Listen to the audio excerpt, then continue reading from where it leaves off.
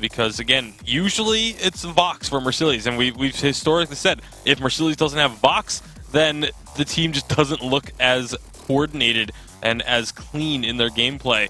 So it'll be still up in the air if the Vox is going to be available. I don't think SK is going to grab it. They're very likely going to be looking to put this Black Feather in the lane. Qlash taking away the Samuel. That's another one of Tyrus's kind of fallback picks. I wouldn't be surprised if they went for the Grace here. It synergizes really well with the Black Feather. We talked about it many times in the past. When Black Feather dives in, they heal following up is very significant. There's also Catherine open. They could go for the Catherine Batiste that is still available. And this is a composition that works very good against the Samuel because you can lock him down with multiple CC. At the same time, it doesn't work the best against triple range, which is possible to come out from Qlash. Yeah. I want to talk a little bit about this Samuel pick as well from Qlash, because it's not just a takeaway from Tyrus, but this is something, is easily one of Agony's most played heroes and something that we've seen him have a lot of success. So definitely a pick that they're very, very comfortable with. And when you look at the Qlash lineup right now, it's a solid lineup of things that they know that they can rely on as a pick. Yeah, I'm wondering if maybe SK looks for this Reza again. There'll be a heavy dive composition to try and jump onto this Samuel, but it's going to be the Alpha. So I love the fact that Tyrus is starting to pick up some of the more more meta heroes on update 2.9. The fact that this is showing SK's adaptation to the update is very, very good to see, especially for a team that is trying to get that world's bid.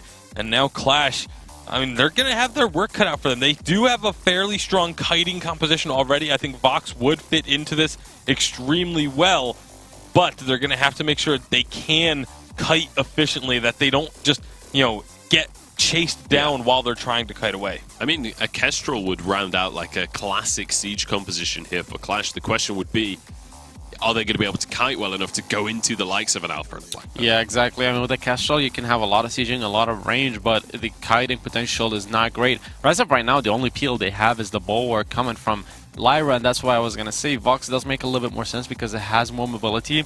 It can kite out against the triple melee a little bit better. And if he decides to go for a build I talked about yesterday, if he goes for the Poison Shift first into a Breaking Point, into a Bonesaw with a lot of defense, those are three offensive items that are very cheap, and it gives you exactly what you need against this composition. The Poison Shift to reduce the sustain and the barriers from Black Feather, then you have the Breaking Point to stack as the team fights go on longer and longer, which is to be expected, and the Bonesaw to shred the armor. So, in my opinion, itemization can be crucial in this game. The concern I have for the side of Qlash is that while they are a team composition that's going to be trying to kite and trying to move away from SK, there are so many slows on the side of SK. Alpha can get up to an 80% slow with her Prime Directive. You have a slow coming out from Grace. You have slows coming out from Black Feather. Like, all three members on SK can slow these targets. And if the Bulwarks are not perfect, they're going to just get chased down every single fight. Honestly, even if they're perfect, I don't think they're going to be enough because it's only one Bulwark every 15-20 seconds, and you have so many gap closing abilities on the side of SK, and with a composition that is so strong right now at 2.9, I feel like they will most likely come out on top of this game. Absolutely. I want to talk a little bit about the jungle matchup specifically. Obviously, Tyrus is the player to watch. He's going to be on Alpha. He's going up against Samuel, though. We saw Samuel have a lot of success in early aggression yesterday in our quarterfinals. Are we expecting Agony to be able to take it to him on this Samuel in the early game?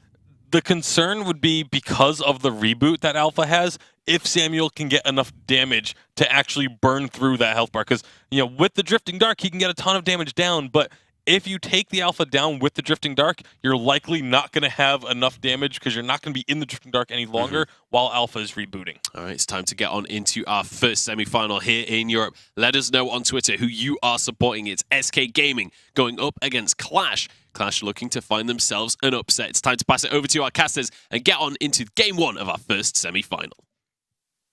Thank you very much, Munch. I am Medic, and I'm joined by Denominate today. As I was yesterday, and we had such great action yesterday, I'm sure it will carry over into the semi-finals and finals of today's matchup. It's SK up against Qlash to start us off. What are you most excited about here, Denominate? Well, obviously, there's a lot of the line for Europe right now. There's only really two teams that are in a real contention for that Worlds bid. SK and G2 are those teams, so we'll have to see if we get something finalized today. I think when I was doing my calculations the other day that it was only, I think, 7 points this week that SK needs to get. So they're definitely, if they win this week, they'll be looking good. Knowing the SK players, they'll want to get a little bit more than that. Hegman's got a lot of disowned here as well as he's chunked him out. Probably going to see an Elder Treant forced here by SK because they know that Qlash are just that little bit lower, and it's a free Treant for them early on. They will secure it. Agony tries to steal it away with a Malice and Verdict, but unable to. And the early advantage goes over to SK Gaming. Yeah, SK taking a little bit of an edge early is a good start for them. Obviously, this early on in the game, though, anything can change at any given time. And Tyra's on the Alpha with Kvalifar on the Black Feather. This is an incredibly potent combination, and I think that it's something that we really have to see the side of Qlash take very seriously. So the Samuel does have a lot of pushing power when he comes up into the lane, but the Alpha has a lot of dive and survivability for getting onto that backline and being able to safely stay on the backline. So definitely have a lot of power spike advantage for both teams. We'll just have to see how they're able to capitalize on it. And as much as we talk about SK coming into this game, you have to look at Qlash and think getting through the semifinals is incredibly good for them. They are in those challenge battle spots. It's unlikely they'll be able to get out of it, but being able to perform against a team like SK would be such a good omen for them. The knock-up onto Tyras as he tries to get in with the Prime Directive. It lands onto Agony. Agony will be the first to fall, and First Blood goes to SK. They're going to chase off towards Mercillies as well. Tyras pops the boots. Mercillies with the healing flask, but I don't think he's going to be able to get away from the onslaught that is SK. He manages to get to the Imperial Sigil, and the Prime Directive doesn't connect, and Qlash able to survive with only losing 1 kill there.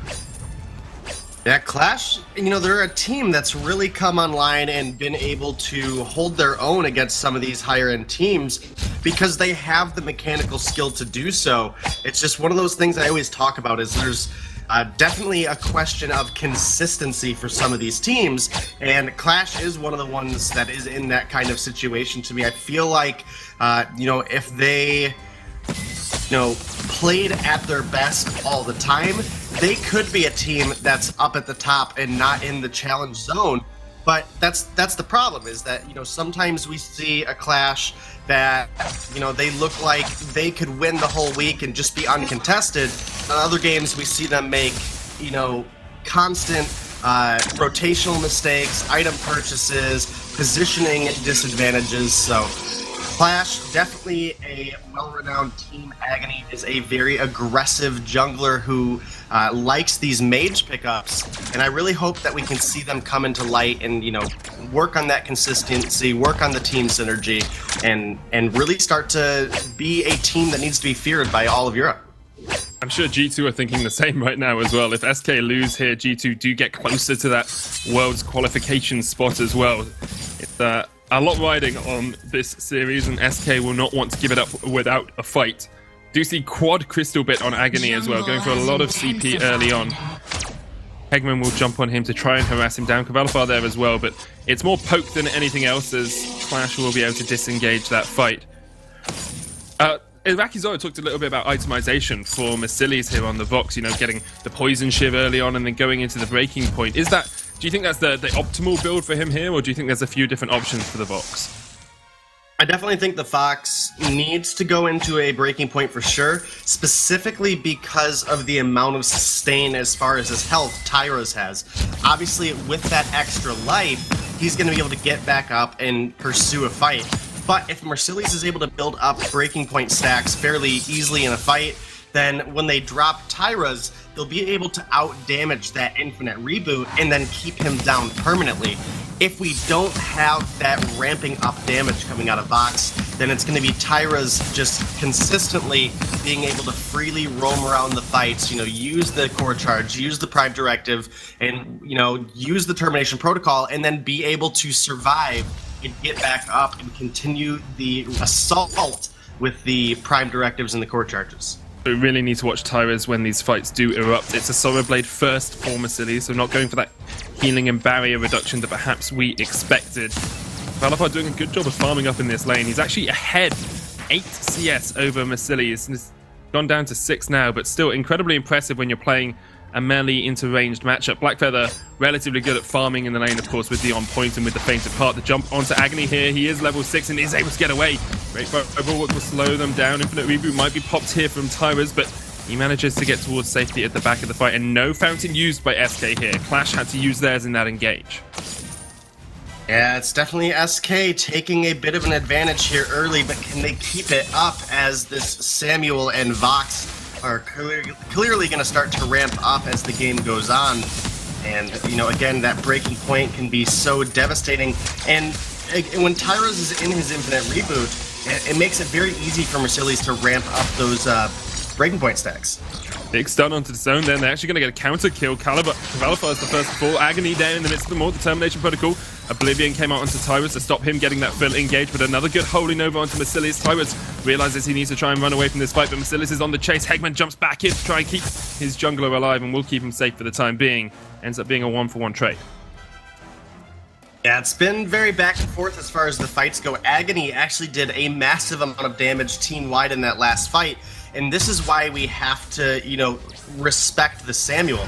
So Samuel really excels where multiple targets can be hit by his Empowered Malice and Verdicts, and a triple melee composition is literally the perfect scenario for a Samuel to do so, especially if Disown is able to prevent Tyrus from getting to the backline. He does have to play a bit back still since the Prime Directive does have an AoE splash on the end of it, but if Cavalifar and Tyrus and Hegman are all grouping up, trying to get onto Merciless, or even trying to get onto Agony, he can kite backwards very effectively, throw out those Empowered Malice and Verdicts, get a lot of splash damage down. He'll be able to ramp up that Dragon's Eye very easily, and then once he gets the Eve of Harvest online, he's going to provide so much sustain for himself, since he's going to be healing off of all 3 targets of SK. Exactly what you want to do if you are Qlash here. Disengage, poke, dance around the edge of the fight. SK looking for those all in engage. They've got double infusion as well, one on Cavalifar, one on Tyrus. Asilis, after picking up the poison shiv for his second item, has an infusion sitting in his inventory. So if a fight erupts soon, they have got the ability to answer at least with a single infusion of their own. Qlash looking to fight around this gold miner. SK forcing the incentive in this game, forcing the pace a little bit, drawing Qlash into a bad position, zoned in that front line. There's a bright bulwark, the wait for it comes out, great sleep into silence, and the immense gold payout goes over to Qlash, but here comes the engage. Tyrus trying to jump into the back line, Merciless the first to fall, the Divine Intervention gets the heal as well, but the great arcane passage away from the zone will get him to safety, and they get out with a gold miner and only losing a kill. Yeah, it was great play by SK. Unfortunately, they did lose out on that gold mine. Qlash was able to secure that one up. They might get the first turret to answer back. And, you know, one kind of important thing to make note here for Hegman. Yes, that double Divine Intervention is going to be a very potent utility tool for the team. He does also have to be very careful not to use it on Tyras right before he goes into his Termination Protocol. If that's the case, you're essentially going to waste an ultimate coming out of Grace, because obviously Alpha using Termination Protocol, whether she gets the heal or not, she's going to be sacrificing herself. So it's kind of hit or miss. You know, if Hegman panics and sees Tyras low on health, he has to respect the fact that Tyras is going to know when to use his Termination Protocol. Because if you're burning your healing skills onto him, then Cavalifar is going to be left on that front line where Agony and Merciless are going to be able to take him down very easily. And he has gone with the Serpent's Mask for first item, so that is going to give him a bit of sustain, but it's still so much damage scaling that comes out of a Samuel and a Vox that Cavalifar, you know, needs to be a little bit careful about his positioning. He needs to go in once Tyras has got enough damage down for him to come in and get a clean execute down. And the Bright Bulwark is so good at blocking that engage as well. You know, you put it down, you stop all of that extra movement coming out from SK. Qlash looking very strong early on in this game. Pretty much even coming up to the 10-minute mark. Turret for turret, a little bit behind in terms of kills, but ahead in gold because of that gold miner. As we get into the mid to late game portion, it feels very much like if Qlash can keep on the backline, if they can keep the kite going and get these Malice and Verdicts and get these Resonance bounces off, they should be winning out in these team fights. They definitely should. They definitely have the potential, and both of these teams actually have a fairly good draft into each other, and you know, they have advantages here and there. It's not like anybody, you know, clearly has won out on the draft, as far as my opinion goes, at least. But it is going to be SK finding a little bit of an advantage as far as some of these fights, but because of that gold mine take by Qlash, they've maintained a slight gold lead, which is helping get Mercilli's to a point in the game where he can be a huge threat. Agony has the Eve of Harvest complete, Mercilli's has the Poison Shift complete, you touched on that a little bit earlier, and it's going to allow Mercilli's to sustain in the fights, as well as he's picked up an Aegis because of how heavily Tyras has been diving into these fights. SK are keeping infused on their 2 carries as well. They want these fights. They want to try and play around their dive composition. They're forcing the Crystal Sentry. We saw them force a gold mine earlier on. They lost that, but of course, Qlash can't deny the Crystal Sentry from SK for the time being. It feels like Qlash are feeling a bit defensive here, a little bit on the back foot, not quite aware of exactly how SK are playing, not quite aware of exactly how close the game is as well, perhaps as well, because SK, you know, they're the giants of Europe at the moment. They're top in the seedings, they're looking for that world spot, and perhaps Qlash feel a little bit wary when approaching such esteemed competition, but they need to be aggressive, they need to be on the front foot, they need to be taking these fights against SK, because otherwise you feel SK can just go into engages like this. Tyrus jumps into the backline, there's the silence, looking for the Oblivion as well, but it's not come out yet. No Crystal Sentry here, of course, there's the Fountain as well. McKillis jumped on with the Termination Protocol, he's going to come down quite soon. Mercillis just about surviving somehow, there's the Termination Protocol from Tyrus, gets in with the Prime Directive and gets the explosion off for Agony. Survives, and the Oblivion is going to get dodged out there. Actually does connect onto Qlash. Qlash might want to turn this one around, but it's a roam and a jungler playing up against those 2 carries, so they do need to be very cautious trying to get those backs back. That was an insane fight coming out there. Tyras was able to make it in and get very, very close to dropping the Agony Samuel, but wasn't able to find the damage. He was able to use his boots and get just out of harm's way, which let him survive in that one. And then obviously the burst coming through onto Disowned. Not the most ideal target, but definitely was threatening and pushed them back. The important thing in that fight, though, was that Agony did throw out a Great Oblivion that had locked down Kvalifar, and that prevented Kvalifar from coming in with any additional chase. If he would have been able to follow Lyra with that Arcane Passage, then he very likely would have been able to find a kill onto Agony, and maybe even clean up an ace onto Disowned. So these fights have been so incredibly close. It's SK finding an advantage here and there, but it's not a convincing advantage. It's not, you know, we're not looking at this game saying, okay, SK is in the driver's seat. This is a quite an even matchup for specifically for the seeding difference that we have here. I mean, this is the #1 seed versus a team that's looking down in the challenge zone right now. And Qlash, again, when they bring their A game, they can compete at the top.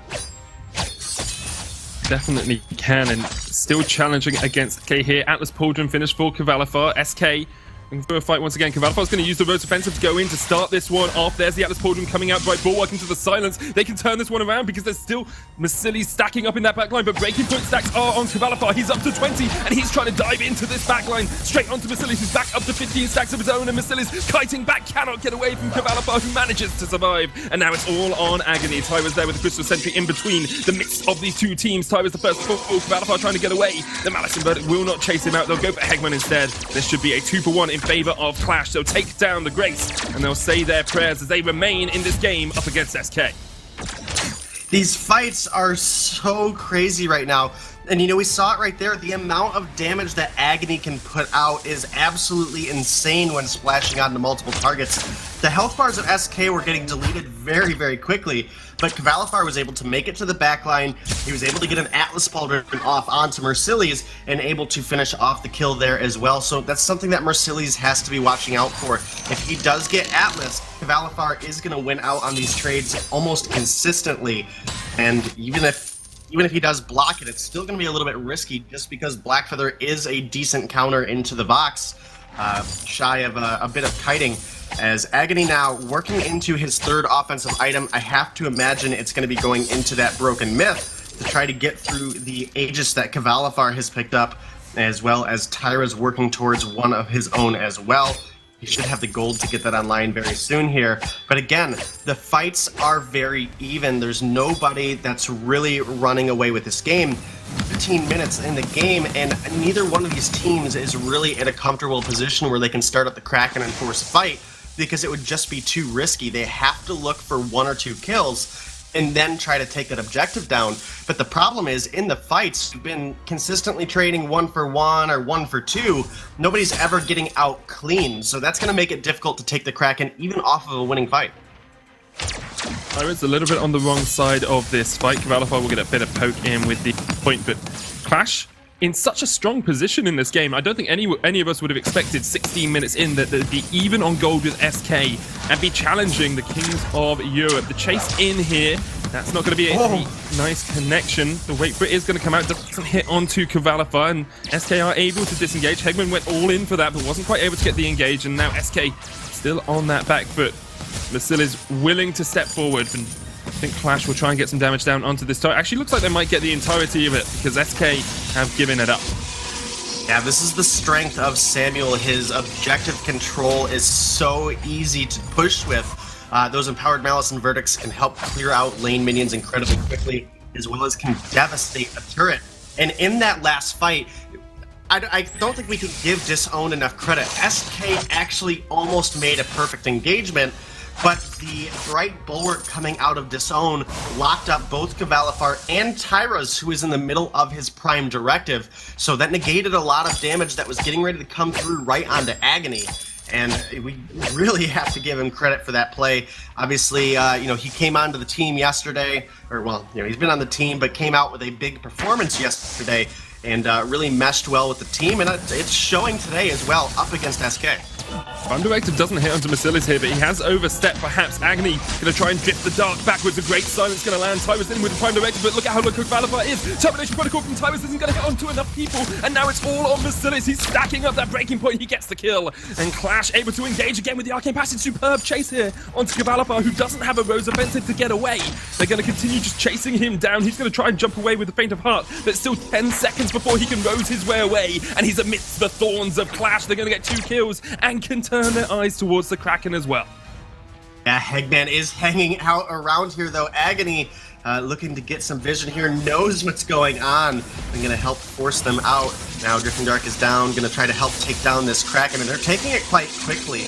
And again, Mercedes is able to ramp up so much damage so quickly against the Alpha when Disowned is doing such a great job creating distance for him.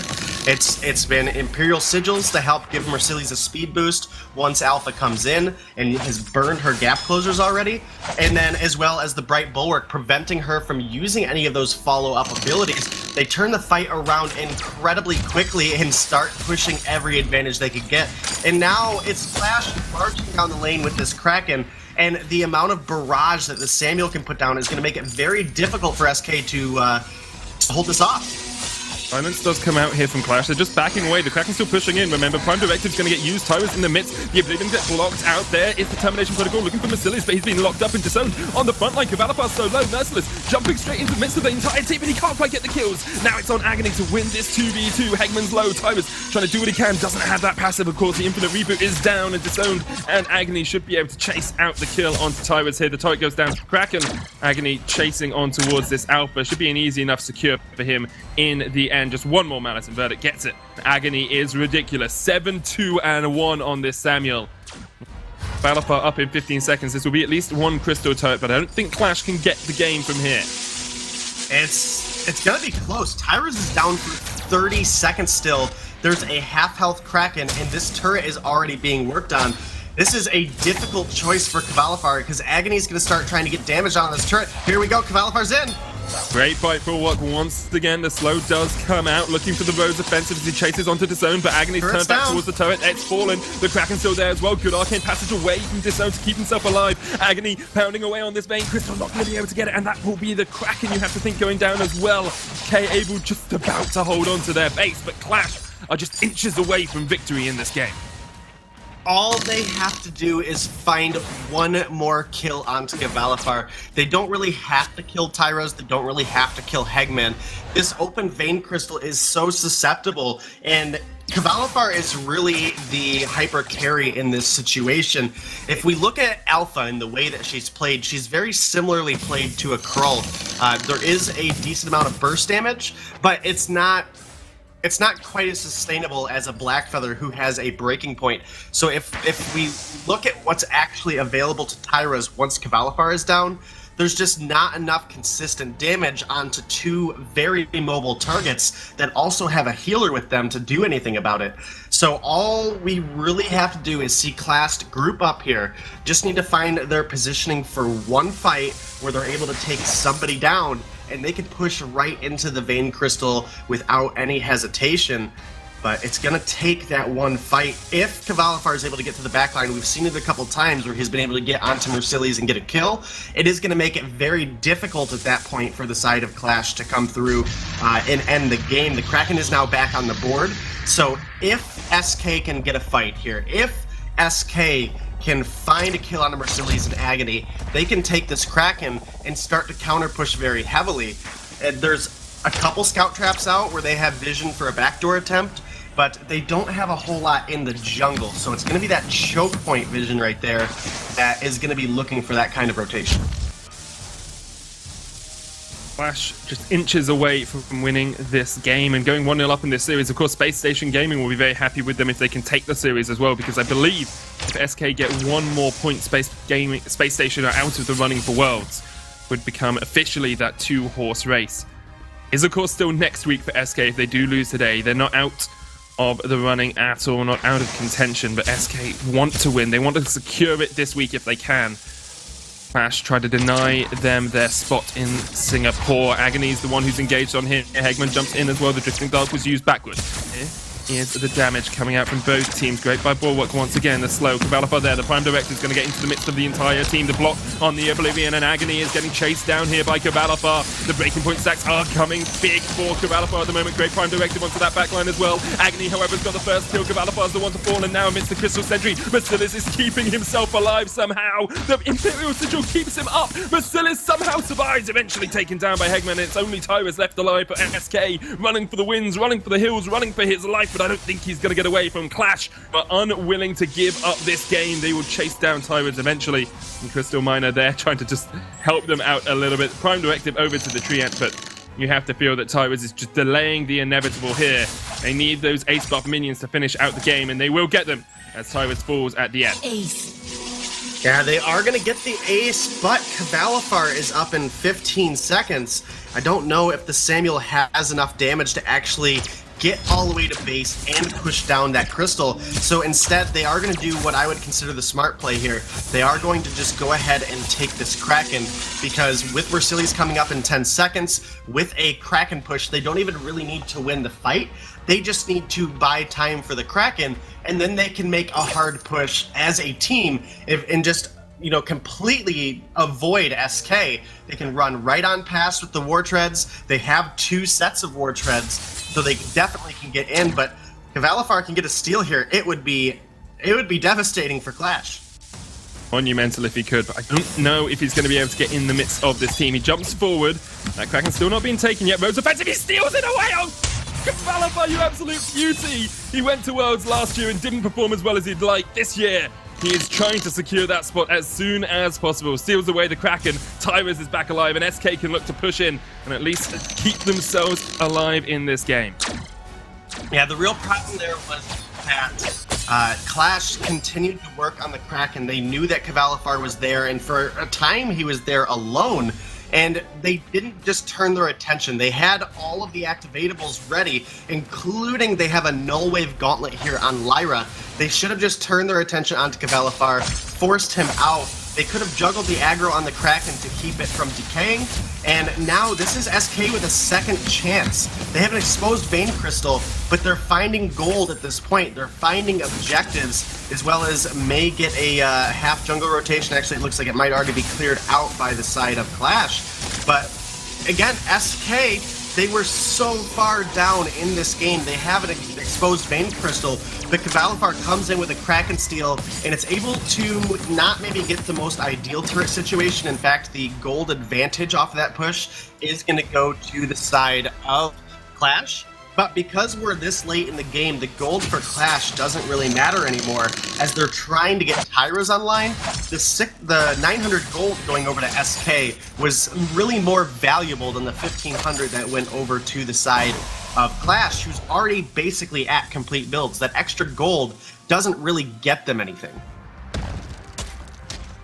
All it does is get Tyras closer to that final item. Probably the broken myth, as we talked about earlier on, has a piercing shard. Kvalifar sold a tension bow to pick up a bone saw for himself, so he is complete build, selling items, buying extra ones here and there. There are 2 metal jackets and an Atlas Pauldron on the side of Qlash, so the bone saw does make a lot of sense if you can get those stacks down.